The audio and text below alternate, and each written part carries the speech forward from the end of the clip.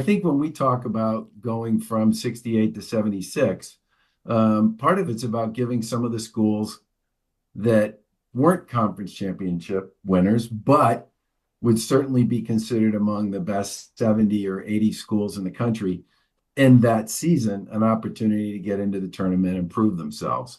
Um, this is only going to work if we can figure out a way to make the math work. And that's a function of some ongoing negotiations and discussions we've been having with our partners, CBS and WVD, TNT, one of yours. I think for us, the window's there. It's a small window, but it's there. And I do believe that a bunch of the schools that end up on the bubble, right, are schools that probably would have gotten in if we didn't have an AQ program. But we are going to maintain an AQ program because it's a hugely important part of what makes the tournament interesting to people. But if we could figure out a way to make the math work, to go to 76 on the men's and women's side, and to give some schools that would otherwise probably be in the top 70 programs in the country in a given year, we'd like to give that a shot. We'll see what happens.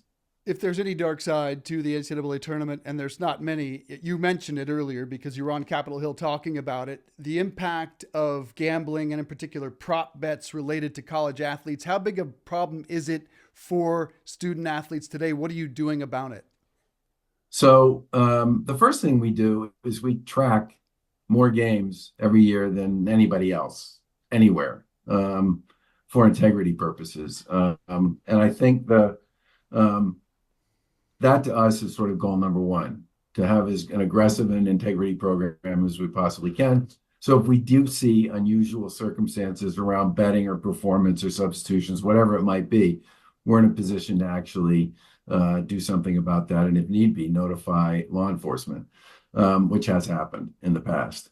The second thing is when we go into our tournaments, especially the major ones, we contract with a third party who makes it possible for us to track all of the social media traffic that's directed at student athletes in our tournaments. And my God, Dave, it's unbelievable the beatdown that's delivered on a lot of these young people. And almost all of it involves their individual performance, not as a function of whether or not the team won or lost the game, but whether or not they hit a prop.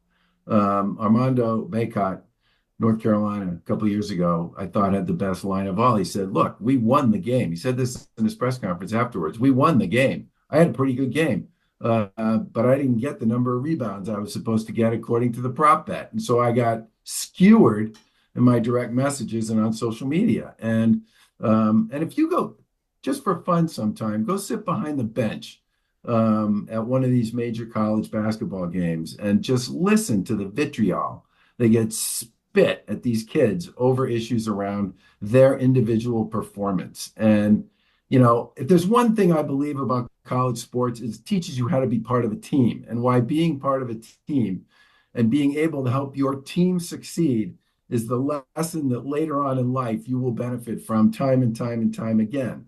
And putting these kids in this position where their individual performance overshadows their team performance, and letting these jerks get away with the kind of beatdown that they deliver. I mean, you literally have kids who have people sending them their Venmo and telling them that they owe them, right, through Venmo, or saying, "I know where you live. I know what dorm you're in. I know what building you come out of when you go to class. I'm going to be there. I'm going to shoot you. I'm going to kill you." I mean, crazy stuff. And we've managed to get a bunch of states to walk away from it. We're to the point now where I think less than half the states that have legalized sports betting have legalized prop betting on collegiate sports, but we still have a lot of work to do on this one. Indeed. One of the great It stories in is college bad. sports. It is bad, bad news. It really is. Bad news.